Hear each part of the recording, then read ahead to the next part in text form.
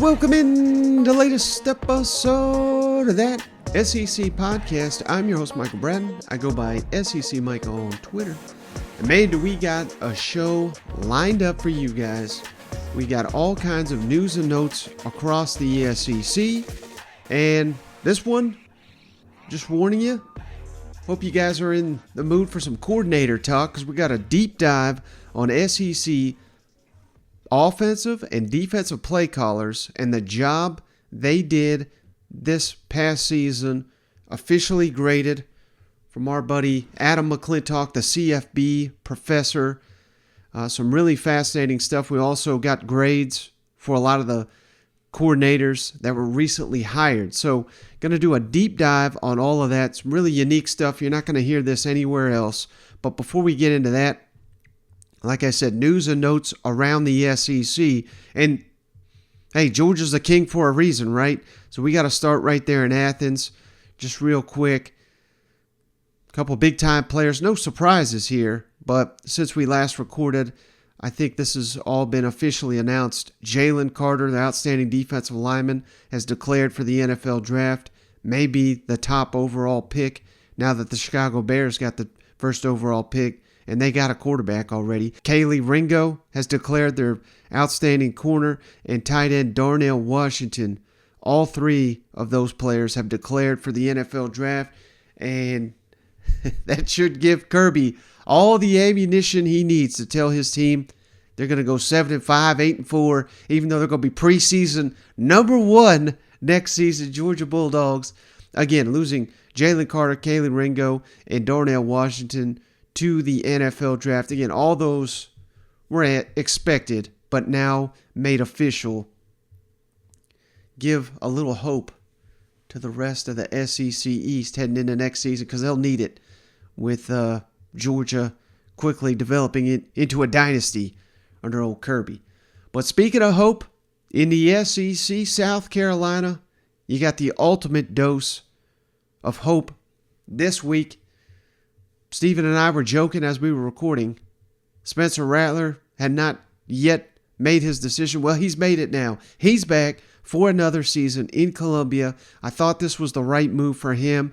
Apparently was not completely satisfied with the draft grade he got, so he's back, teamed up with Juice Wells, who we've not really hit on since he's made his announcement. He is returning to South Carolina next season, giving the Gamecocks potentially the best 1-2 combo at quarterback, receiver, that connection next season. And we really started to see Spencer Rattler come along late against Tennessee and Clemson, of course, two biggest upsets in college football among them last season in back-to-back weeks.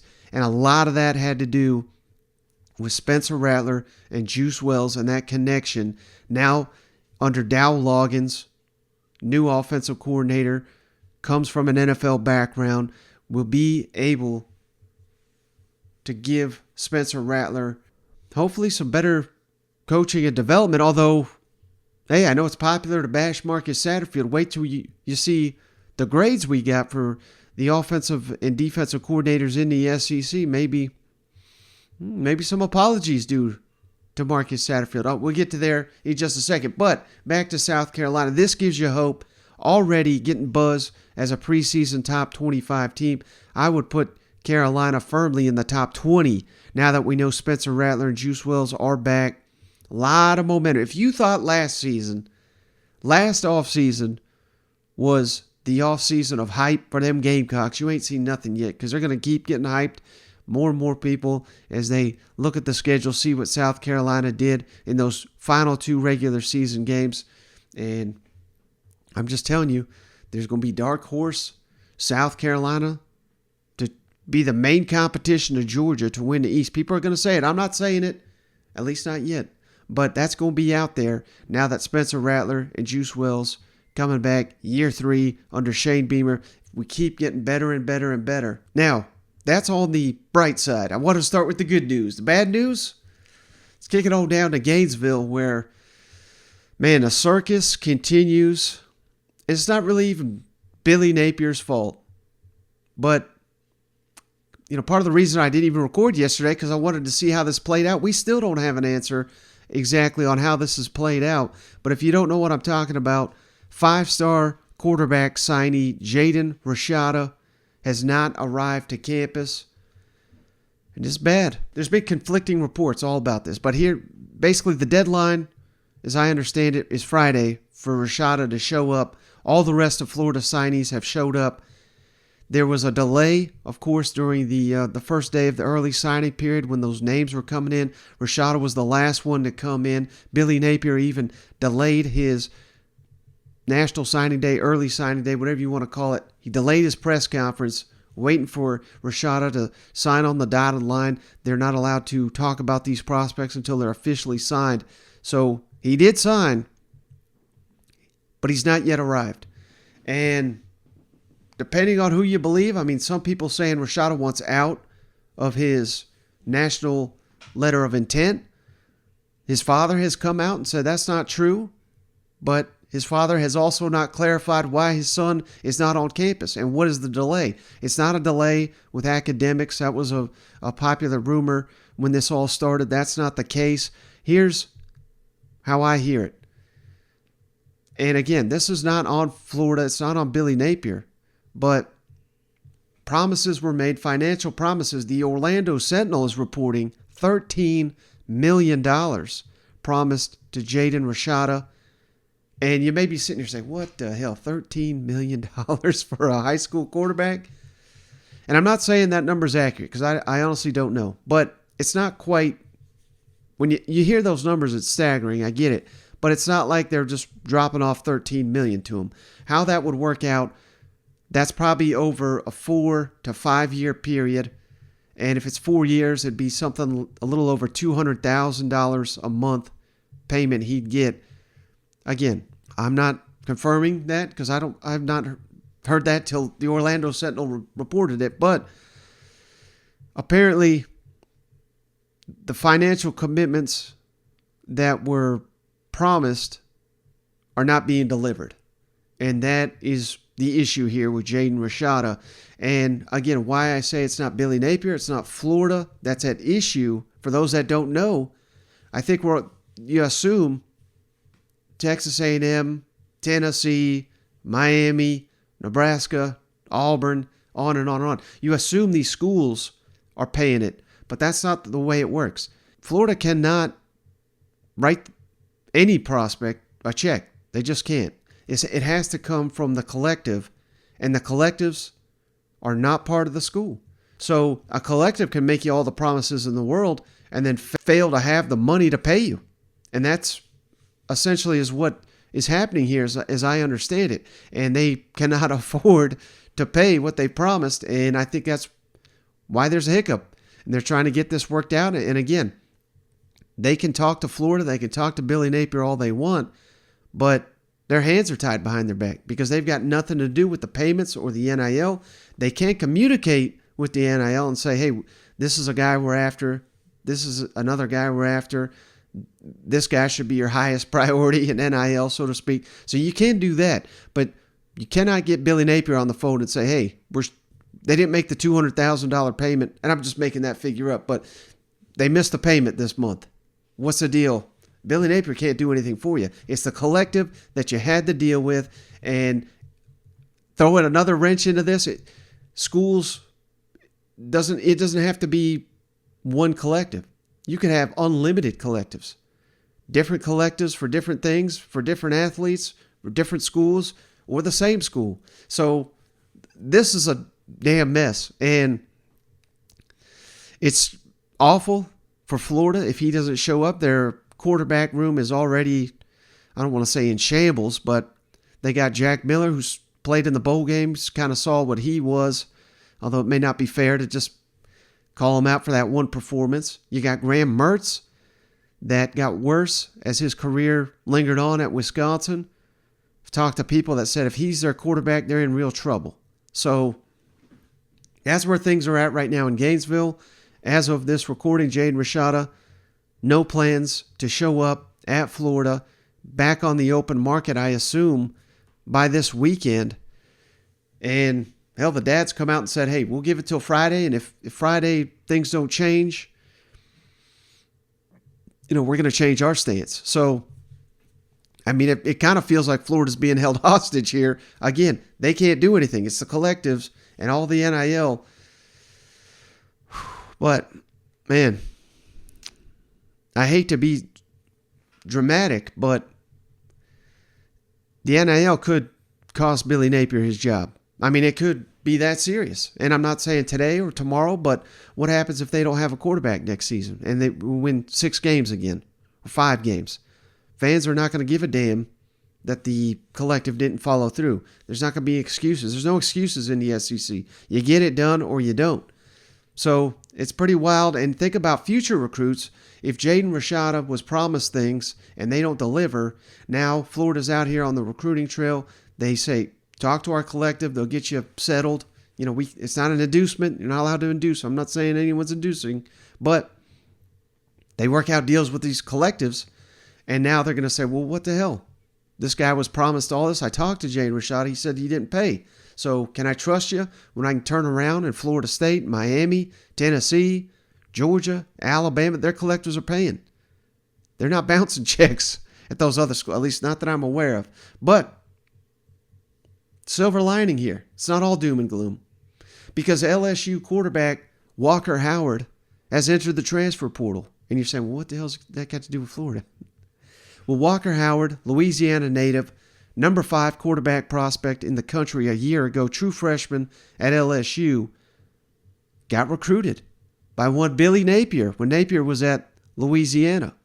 And as Walker Howard became a bigger and bigger prospect, of course, Louisiana fell off. But once there was a coaching change at LSU, I believe Walker Howard and Napier had some discussions. I know Notre Dame was in the picture, but ultimately stuck to his LSU commitment. Now he's back on the open market. And if Jaden Rashada's not showing up, you better believe Billy Napier and company got Walker Howard on the phone.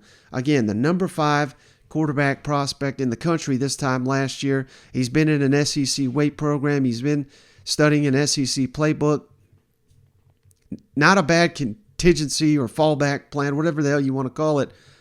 And who knows, with all this NIL and drama and Rashada, a long time, going back to his recruitment, he was expected to pick Florida. At the 11th hour, he picks Miami. Then a couple weeks later, decommits Miami, flips to Florida. I mean, it's been one thing after another with this guy.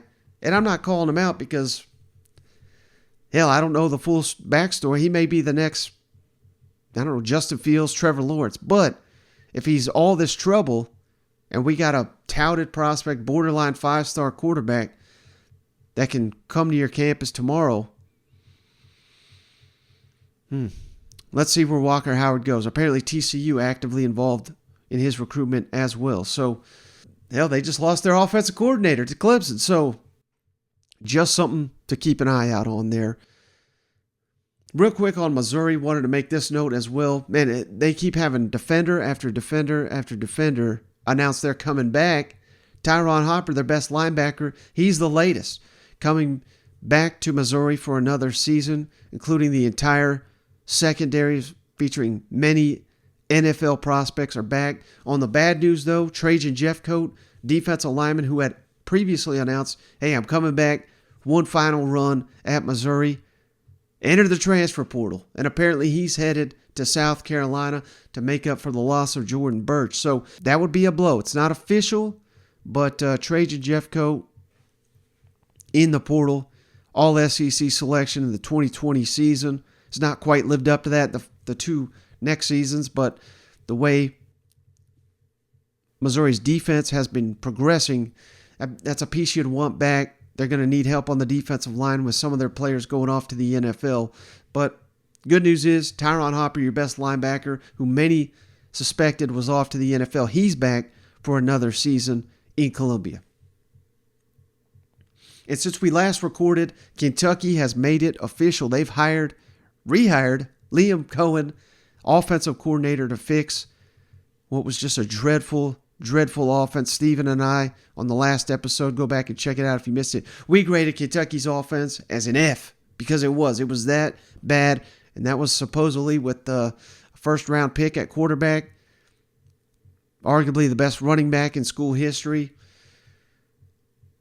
But Liam Coen's getting paid to be Kentucky's offensive coordinator. $1.7 million he's going to make next season. $1.8 the following season and $1.9 on this 3-year deal. So this has got to be the richest coordinator deal in Kentucky history. Check this out. Kentucky, they actually have 3 coordinators. They got Brad White, the defensive coordinator, and Vince Morrow, special teams coordinator. Between those 3 and Mark Stoops, Kentucky paying out $12.9 million to just the head coach and the 3 coordinators just next season, almost $13 million.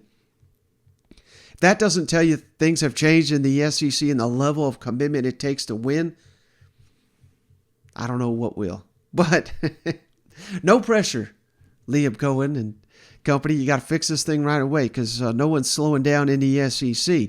But after making this official, Liam Coen met with the media, comments on his return to Kentucky, says his number one priority is fixing this offensive line, and shares his thoughts on Devin Leary, the incoming transfer quarterback from NC State. Just being a part of the Kentucky culture again, just coming back to a place that truly didn't really want to leave at the time. It was one of those decisions as a family that we felt as though we kind of had to take, coming from a Super Bowl team and doing a lot of the things that they had success with, and me obviously being there prior. But we truly did not want to leave Lexington, and the opportunity to come back and coach for Coach Stoops and be around these players and have an impact in, young people's lives was ultimately, the decision to come back and do this at a high level, and couldn't be more thankful. Hey, Liam, you said a second ago that you hadn't got to talk with a ton of the new players or watch their film.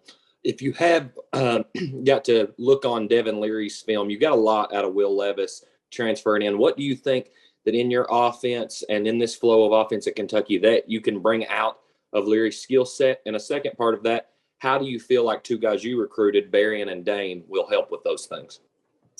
Yeah, Devin's a guy that, from South Jersey, I've familiarity with a couple players that, he's in that same area growing up, in high school, coming up. I know the type of kid that he is. And he can throw the football very naturally, different than Will, like you had mentioned, where, each season, each offense, it's always going to be tweaked a little bit, right? The way that the Los Angeles Rams operated in 2021 was extremely different than the way we operated in 2020 with Jared Goff versus Matthew Stafford. So the quarterback does kind of, depend on a lot of the things that you're going to do schematically. I do believe that this guy can throw the football as good as anybody in the country. And he wanted to come to Kentucky and obviously to win football games and have an opportunity to win an SEC championship, but also to be developed, into a future NFL quarterback.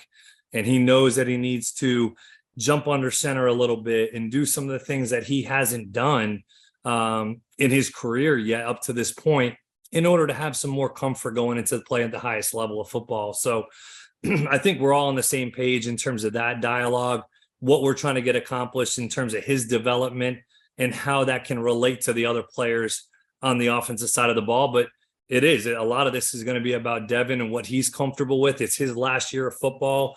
And I'd be crazy to walk in there and say, this is what you're doing it. This is how you're doing it.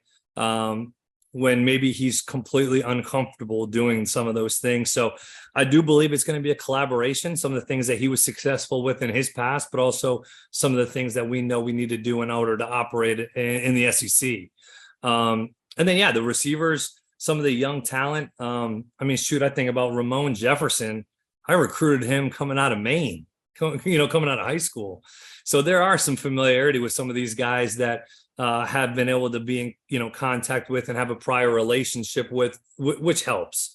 It just helps knowing their skill set a little bit, maybe what makes them tick. How do they get them to practice harder? How do we get them to play harder? How do we get them to do things, that aren't just surface area, surface level of the game of football, and trying to be a little bit more relationship driven, understand these guys. But couldn't be more excited to work with some of those young talented dudes that we can get after a little bit and see what they're worth,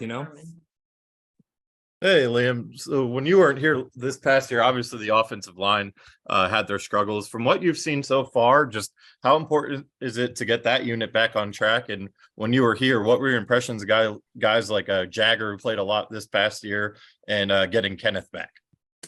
That's the number one priority, when we get there, is diving into that position group, both personnel wise, schematically, fundamentally, technique, attitude, demeanor, all of that it needs to get dove into really quickly when we get there, because I do remember the first time that I came, that was kind of the unit that I never really worried about.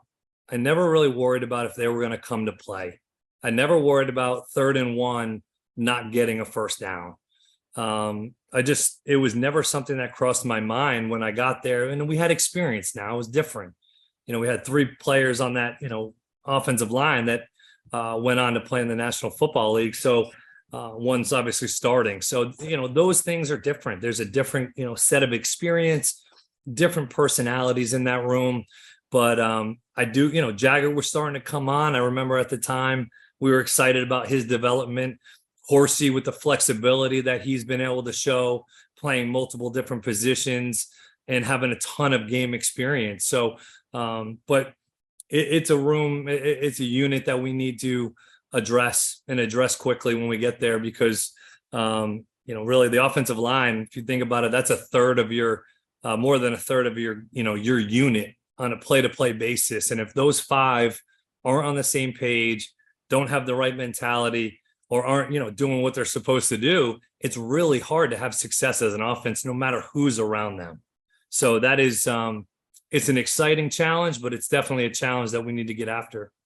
And that wasn't the only official offensive coordinator hiring we got this week in the SEC, because Mississippi State hired App State offensive coordinator Kevin Barbay. Barbay had a good stint at Appalachian State last season. They've scored 61 on North Carolina in the opener. Remember, they went on the road and beat Texas A&M in College Station 17-14. They beat Troy 32-28.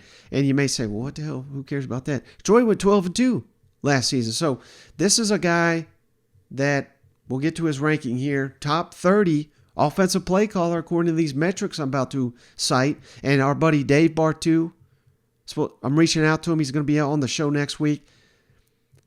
He said Mississippi State, the only top 25 team to be in the bottom 45 in total explosive play rate. Not a lot of explosive plays for them Bulldogs last season. Kevin Barbay, top 35 in explosive play rate at Appalachian State. So Zach Arnett clearly wants to see that improved, and he got probably one of the best candidates out there to make that happen, someone that was willing to come join his Mississippi State staff that's going to look completely different than it did last season. One final thing here before we get to these coordinator grades. Eli Drinkwitz met with the media this week to discuss Kirby Moore, the new offensive coordinator. Fascinating stuff here from Eli. Really liked it. And again, a hire of an offensive coordinator simply had to be made because Missouri just was not getting it done on that side of the ball. And according to Eli, he saw it himself. He was too focused on the offense, not as focused as he should be on other tasks, including, I thought this was fascinating, recruiting, and not just recruiting high school and transfer prospects, but recruiting his own roster. You got to recruit your own roster 365. Otherwise, guys are going to jump into the portal. So let's kick it over to Eli, discussing the hire of Kirby Moore, who he ranks pretty high in these offensive play caller rankings as well. And then going back and evaluating what we're doing offensively, it just came very clear to me that the requirements of a head coach were causing me not to have full focus on the offense, and I needed to hire somebody who could come in and understand the vision that we have for offensive football, the vision that we have for our program, and then go score some more points, all right? Because at the end of the day, we got to score more points in order to be successful in this league. And so, well, a lot of coaches say it does take a couple years of sitting in that seat to understand how to budget time and everything. So what does this free you up to do during the week? Recruit, raise money for NIL, oversee the relational aspect. You know, in 2019 and 2020, when I was first here, recruiting was just about recruiting prospective student athletes, and you're only signing 25. Now you have to recruit everybody in your building, coaches, players. You got to recruit boosters. You got to recruit fans, and so that's a large majority of my time as far as specifically in the last 2 years. And I think everybody's feeling that now. I mean, I love coaching quarterbacks, and I love the designing of plays and calling plays. And there's really nothing better, Kirby will tell you, than Monday seeing something on film, practicing all week, and then calling it in that perfect spot, you know, and it scoring a touchdown. That's as good an adrenaline rush as there is. So I'm going to miss that part of it, absolutely. But at the same time, I ask our guys all the time to embrace your role and put the team first. And at the end of the day, that's what I needed to do as the head coach, embrace what I need to do to help our team be successful. And I was adamant that I wasn't going to do it unless I found somebody who could do it better than me. And I know Kirby. I know how hard he's going to work. I've seen what he was able to do. He's faced adversity. I think the games that I really wanted to watch and evaluate were the games against Power 5 opponents when maybe they were a little bit outmatched from a scheme standpoint. I wanted to watch when it wasn't going good. How did he respond? I mean, you look at the game against San Diego State, down 10, maybe even 13 with about 5 minutes left to go in the game, and to, as a coordinator, to have your back against the wall, not playing good, and figure out how to call plays and move the ball. Really well against Washington State, really well versus Oregon State, really well versus USC, and to play the championship game the way they did, from an offensive standpoint, I was very impressed. One thing that I failed to mention was just the amount of championships that Coach Moore's been around. I mean, he's been a champion as a player, as a coach, and I feel like he's got the criteria that we're looking for. So I really appreciate the fact that Drink sees there's an issue and is working to correct it. Because believe it or not, a lot of these coaches won't even go that far. They're the boss. What they say goes. They got where they got because they're an outstanding football mind, offense or defense, not very flexible, and that'll kill you. So at least Eli is making the steps to correct these issues, and he had to do it based on these offensive play caller grades we got from Adam McClintock, the CFB professor. Head on over to his Patreon page, some outstanding stuff. You may be asking yourself, how good or poor was my team's offensive and defensive play callers last season? Let's break it down, starting with overall grades, which are based purely on the performance of the offense.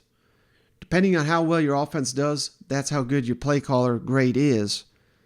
And also, we have offensive play caller grades adjusted for talent, which is critical. It's a key difference.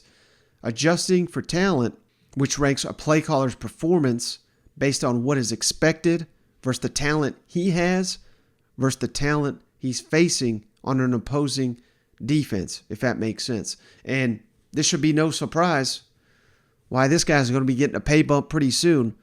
Josh Heupel, number 2 in the entire country, number 1 in the SEC, rated as the nation's number 2 play caller last season and number 2 adjusted for overall talent.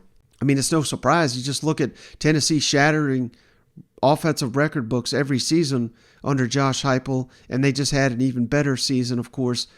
That's how they got to 11 wins, was just mostly on the back of this incredible offense under Josh Heupel. Now, no surprise here as well. Rated as the second best offensive coordinator in the SEC. No surprise. Todd Monken. Adam McClintock's got him graded as the number 3 offensive play caller in the country, but number 5 adjusted for talent. And that's just, I would assume, because Georgia's got as good, if not better talent than anybody in the country. So your performance is dictated, again, by having an advantage in talent. So Todd Monken, second best play caller in the SEC last season on the offensive side of the ball. Bill O'Brien, surprisingly, ranks third on this list. And sixth in the country. But when you adjust that for the talent he had, this is where we got a problem. Drops all the way to number 24 in the country. When you got Bryce Young, when you got the talent that Alabama has, number 24 in the country is just not getting it done. And Saban, if he wants to be hard-headed and bring Bill O'Brien back, they ain't catching Georgia. I'll just put it out there. So Bill O'Brien, adjusted for talent, rated as the number 24 offensive play caller in the country last season. Now here's the stunner. This stunned me. It'll probably stun a lot of you. Marcus Satterfield, next, number 4 offensive play caller in the SEC, number 27 in the country. You adjust it for talent, though, number 31. So a slight knock, given that he had some great receivers and running backs and an inconsistent but a big armed quarterback. Marcus Satterfield, how about that? Number 31 offensive play caller in the country, adjusted for talent. And that's why, understandably, South Carolina fans were ready to see him go, but Dow Loggins, no guarantee he'll be an upgrade, at least according to Adams' numbers here. Now, how about this? Billy Napier, ranked as the number 39 offensive play caller in the country. Number 51, though, adjusted for talent. So, really took a step back there with, I realized they didn't have weapons at receiver. At least the ones they did have got banged up throughout the year. Just never really put the pieces together there with Anthony Richardson. And they did have a strong running game. Solid offensive line. Got to credit that staff for getting that offensive line together. But Billy Napier, rated as the number 51 offensive play caller, adjusted for talent last season, but cemented in the top half of the SEC. So if I'm a Florida fan, I'm sitting here saying, Billy Napier, there's been some critique of him as a play caller. Top half of the SEC in year one. That ain't bad. He's even rated higher than number 47 overall in the country. Lane Kiffin, who adjusted for talent, fell all the way back to the number 56 play caller in the country. And that's awful. And you started to see it late in the season. Ole Miss offense, the wheels fell off, just like the defense fell off too. But we got to do better than this, Kiffin. The money you're getting paid, one of the top offensive minds in the country. They got the running game going. Maybe just didn't have the weapons. Jackson Dart still got a long way to go. But rating as a number 56 offensive play caller adjusted for talent, when you have the reputation as a top 5 offensive mind, that ain't going to cut it. But I guess Ole Miss thinks differently. Gave a $9 million contract for next season. But, hey, we got to do better than that. Because if we're Ole Miss, how are we going to reach the top? It's going to be because Lane Kiffin and his ability to dial up some plays, which, according to Adams' numbers, were not there this year. Again, number 56 in the country, adjusted for overall roster talent. Now, number 51 in the country, Kendall Browse, he also fell to number 57 with adjusted for roster talent. But this is right in the middle of the road for the SEC. Not terrible, not great. Kendall Browse, got to do better than this. This kind of leads, some of these Arkansas fans that hate Kendall Browse. I don't personally get it, but there's some credence to this if you're saying our offensive coordinator's middle of the road. But there are some worse guys on this list, no doubt. So it'll be interesting, particularly now that TCU's open, if they give a call to Kendall Browse. He said he's committed, and I think Arkansas is a better job than TCU. So we'll see. But number 57 overall for Kendall Browse, adjusted for overall talent. That's got to pick up with Rocket Sanders and, of course, KJ Jefferson back next season. Number 63 overall, Mike Leach, also finished 64th for overall roster talent. So this is kind of what I was referring to. We love Mike Leach, one of the greatest of all times, no doubt. But the offense had kind of stagnated there in Starkville. It's been the defense, I think, that's kind of been carrying that program. So we'll miss Mike Leach dearly, but, number 64 in the country, adjusted for talent, not great overall, the Pirate. Man, I'm just not going to say anything bad about old Mike Leach. Number 49 overall in the country, Mike Denbrock, LSU offensive coordinator, but falls drastically when you rate it for talent. Number 77, adjusted for talent. LSU's got all the talent in the world. I know it was, putting so many pieces together, star players in and out of the lineup, having babies. Can't play that day. Offensive line was a train wreck. But, I think this ranking, again, these are not opinions. This is just data. Mike Denbrock, number 77 in the country, adjusted for roster talent. I feel like he did a better job in this, but, there was a lot of games they kind of eked by, if we're being honest. So maybe Mike Denbrock, if LSU's going to realize the potential that they're already getting hyped up for, we got to do a lot better job on the offensive side of the ball. Maybe rely a little less on Jaden Daniels and his legs and just the magician he was back there. Number 77 in the country.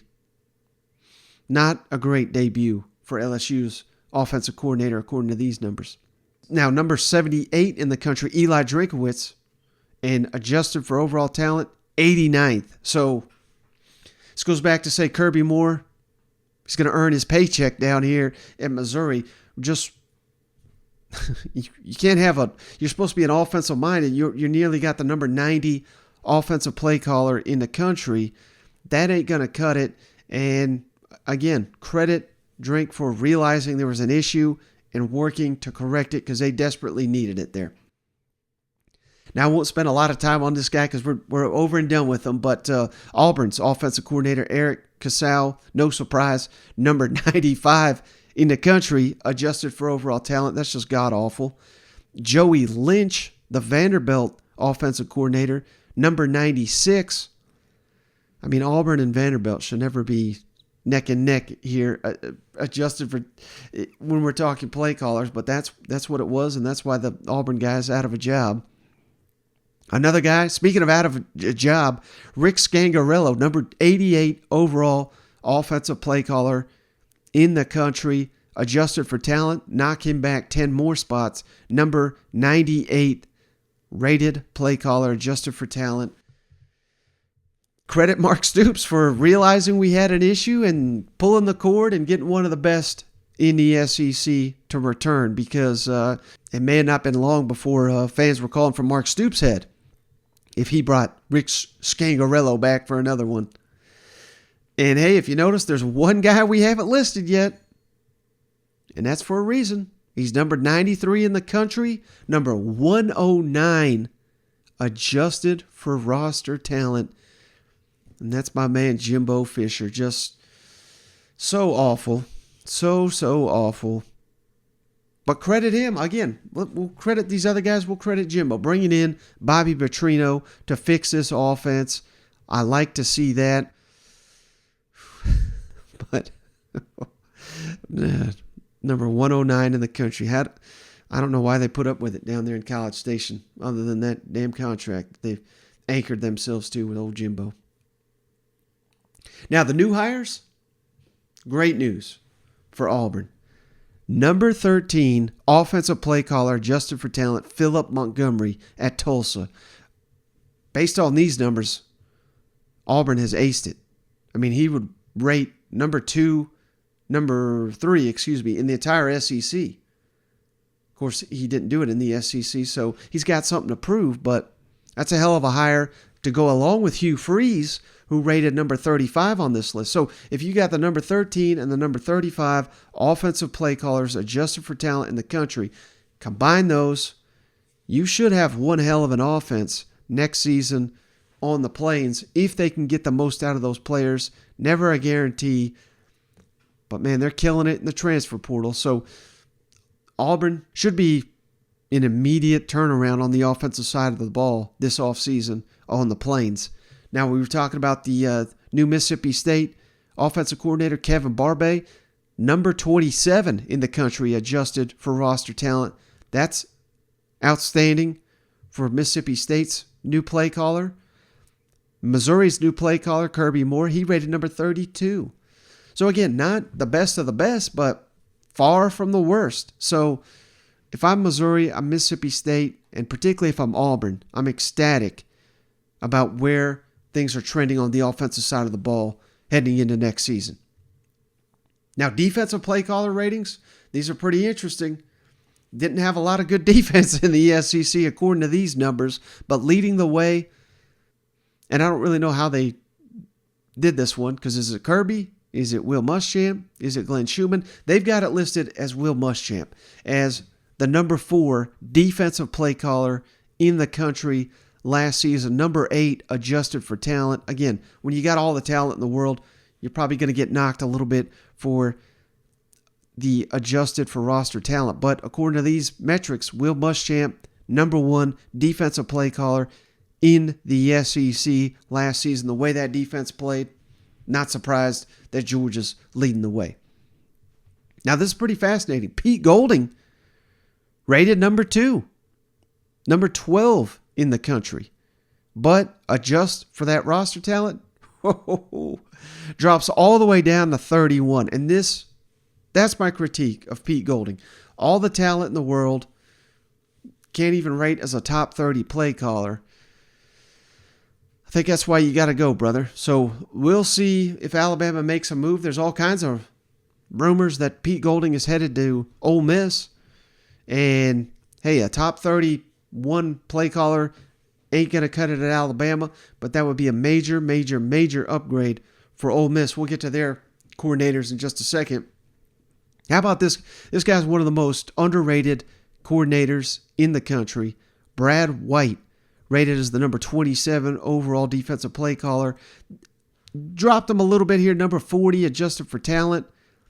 But more often than not, Kentucky's defense was pretty salty this season. So I think Brad White is doing a heck of a job. Hell, he rates number 3 in the SEC defensive play caller ratings from last season. DJ Durkin, he actually rated number 18 overall, but number 43 adjusted for talent. So he's another one where at times A&M was pretty outstanding. But towards the tail end of the season, particularly during their losing streak, a lot of the times that defense started to falter. I remember some people questioning whether DJ Durkin would even be back at A&M. I thought that was a little over the top. But number 43 overall adjusted for roster talent, DJ Durkin, going to need that to be much better next season if the Aggies are going to be a dark horse in the West. How about my man Tim Banks here? He catches so much hell. Number 22 in the country, adjusted for roster talent. Significant drop, though, number 48. But again, you're rated as the 5th best defensive play caller in the SEC. Tim Banks is not the problem for Tennessee. It's depth, talent, pace. I mean, they're in the Orange Bowl. I mean, they had to face over 100 snaps, I believe. I think it was a record for most defensive snaps Tennessee has ever faced, yet they stood tall. So it's a tough ask to be Josh Heupel's defensive coordinator, but Tim Banks did a hell of a job. Zach Arnett's next on the list, number 63 overall defensive play caller, but that drops to number 76, adjusted for overall talent. I thought he did an outstanding job, so this number did surprise me. Number 77, again, I mean, according to these numbers, there just wasn't that much good defense in the SEC, and maybe that's accurate just with the offensive fireworks we had from a lot of programs in the SEC, but Zach Arnett right there, middle of the road. Also, right there with him, Blake Barnett, number 61 overall, but number 77 adjusted for talent. Again, that was also a little surprising, but, you know, you think back to Missouri, some games they got gashed, but they made a major improvement on that defensive side of the ball. So Blake Baker coming out of nowhere, finishing as a middle tier SEC defensive coordinator. I think that was a grand slam. I don't think Missouri could have asked for much more than that. Now, Ole Miss, sounds like both these guys are out. Maurice Crum, Chris Partridge, co-defensive coordinators at Ole Miss. They rated number 79 overall, adjusted for talent, defensive play callers in the country. That's a big drop-off. Remember, from DJ Durkin, who was there the year prior. Lane Kiffin promised changes will be made. Not seeing a lot of changes yet, but again, there's speculation. These guys are out. Pete Golding may be in. We'll see if that's the move Lane Kiffin makes. Cannot wait to see it.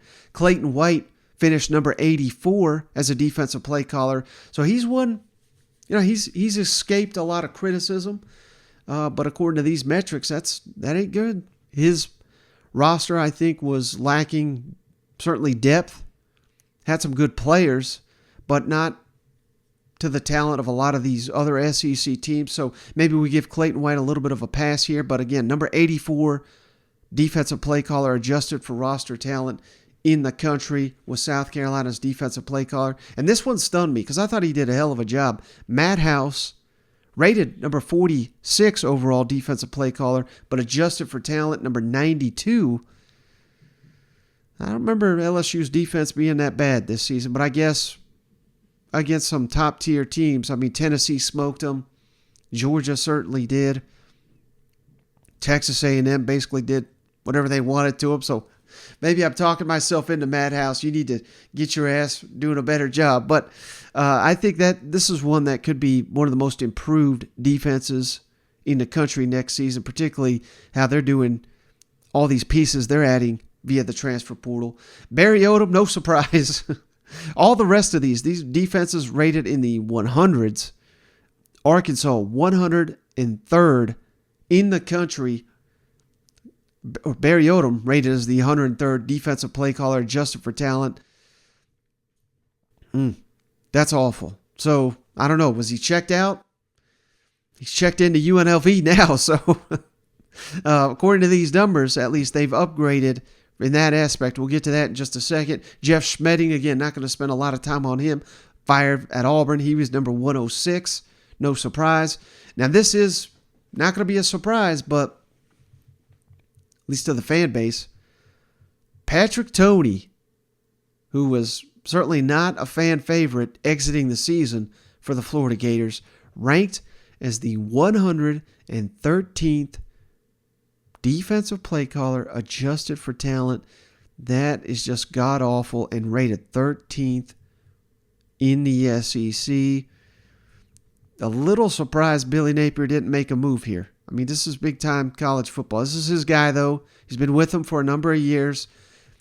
Obviously, he has confidence in him, but if he has another season like this, we got to make a move, because this is just dreadful. You're only a couple slots higher than Vanderbilt. Nick Howell, defensive coordinator, number 125 in the country, adjusted for roster talent. So, quite literally, a spot or two away from the worst in the country. Vanderbilt's defensive play caller is Clark Lee. I don't know. Maybe you got to start calling the plays or something, because that ain't getting it done. And as for some defensive coordinators we got coming in here, I realize they were not calling plays in the SEC last season, but here's their grades. Ron Roberts from Baylor. He's the new defensive coordinator at Auburn. Rated number 83 defensive play caller, adjusted for roster talent. And Travis Williams, number 87, the new Arkansas defensive coordinator, was at Central Florida.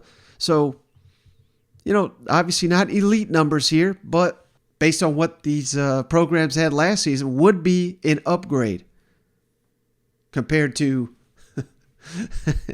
the guys they had in place that are no longer there. One to promotion and one to getting fired. But, hey, hopefully I didn't bore you to tears with all those numbers, but I thought fans would appreciate it. Now that you have this information, again, this is not biased takes. These are not just his opinion. This is how well these offenses and defenses played, and particularly how they played with the talent they had to work with, going up against the talent they faced, to give you a clear picture of how well or poorly these offensive and defensive minds called plays this season. I thought that would be some valuable information heading into the offseason. But hey, that's going to do it for this episode of the show. We'll be back. Should have a show every week. Next week, we're going to be fully loaded here on that SEC podcast. Got a number of ideas. Got some guests coming on.